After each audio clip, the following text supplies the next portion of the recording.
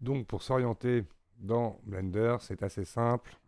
Nous avons bien évidemment différentes façons, mais la façon la plus simple, en tout cas qu'il y ait au départ, avant d'utiliser même son clavier, c'est de venir utiliser uniquement sa souris avec son clic gauche dans les assistants que l'on va trouver dans le coin de sa fenêtre. Alors on verra qu'ils sont organisés différemment en fonction des versions de Blender. Dans la version 2.8.1 alpha, ils sont rangés comme ça. Donc en faisant un simple clic gauche et en glissant ma souris, je vais déjà pouvoir m'orienter dans ma fenêtre. Ce qui est très pratique. On va aussi découvrir la possibilité de pouvoir se mettre directement dans des vues orthogonales par simple clic dans les différents boutons représentant les axes de l'univers. La fenêtre permet aussi d'être zoomé et dézoomé par simple clic et glisser gauche dans la fonction ici. Pareil, pour glisser dans la fenêtre.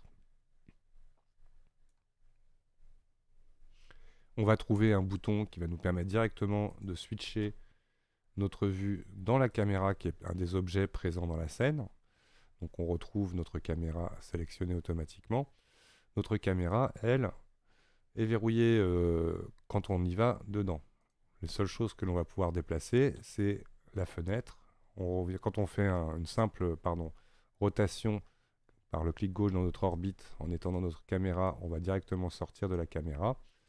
Sinon, on a le zoom et la main qui vont permettre, eux, de pouvoir placer dans notre fenêtre la position de la visibilité de notre caméra.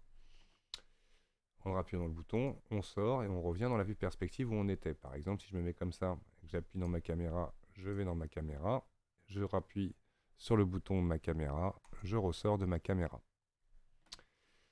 La même manière de se déplacer dans la fenêtre, mais en utilisant son clavier et sa souris, donc nécessite donc deux mains.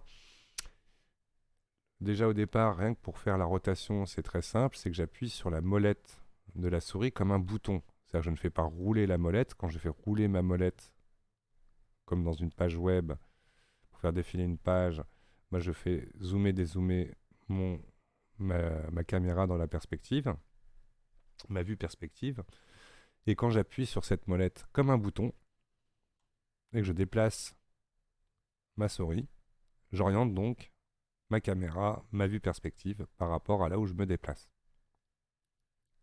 La même fonction majuscule plus la molette enfoncée va vous permettre d'avoir un glissement de la même façon là qu'avec la main pour glisser dans sa fenêtre. D'accord? Contrôle plus la molette enfoncée va vous permettre, contrairement à zoomer, pardon, dézoomer dans votre fenêtre. Un Alt plus un clic de la molette va orienter votre caméra là où vous aurez cliqué, et du coup votre rotation se fera autour de ce point. Une autre chose importante, c'est le petit point du pavé numérique à droite de votre clavier, qui lui va permettre de... Donc là je le suis déjà, mais si jamais je sortais...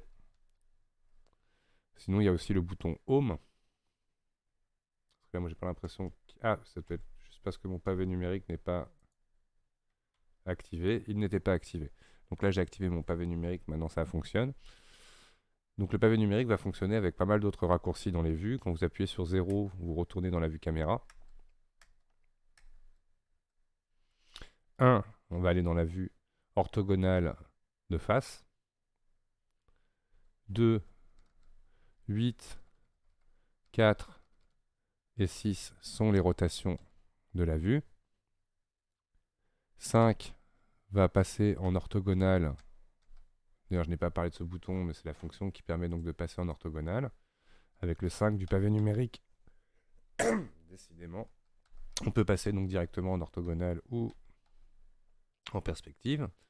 Le bouton 3 va nous permettre d'aller donc dans une vue X, 7, vue de dessus.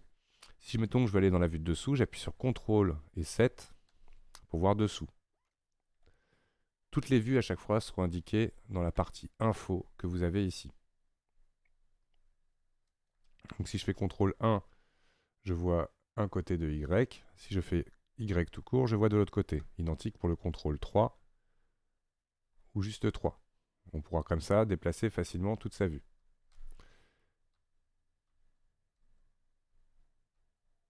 Le bouton 9 inversera automatiquement l'autre vue.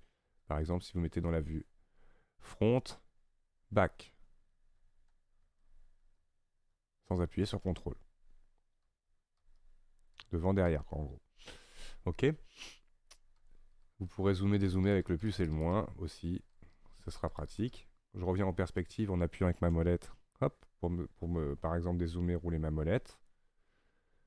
Le bouton slash, en fait, c'est à peu près comme le bouton du pavé numérique qui va vous permettre, lui, de venir vous zoomer sur votre objet. Donc, toutes ces fonctions en fait, du pavé numérique fonctionnent avec la même façon d'utiliser votre souris directement sur les boutons. Et vous avez bien évidemment le majuscule molette pour glisser, molette tout court pour vous orienter et contrôle molette pour faire un zoom plus précis. On constatera que la différence entre le zoom de la souris par la molette est plus incrémentée que celui que l'on fait avec contrôle molette. Et le fameux Alt, clic molette, pour pouvoir tout simplement déterminer à partir de quoi on va orienter sa caméra. Donc, n'hésitez pas à regarder plusieurs fois pour bien mémoriser tout, mais c'est surtout en l'utilisant que ça rentrera. Donc je vais découper vraiment en morceaux beaucoup plus petits que je le faisais avec 3D Studio Max pour que vous ayez vraiment des repères. Donc cette vidéo, ça sera se déplacer dans Blender. Voilà. Merci d'avoir regardé la vidéo et à tout de suite pour la suite.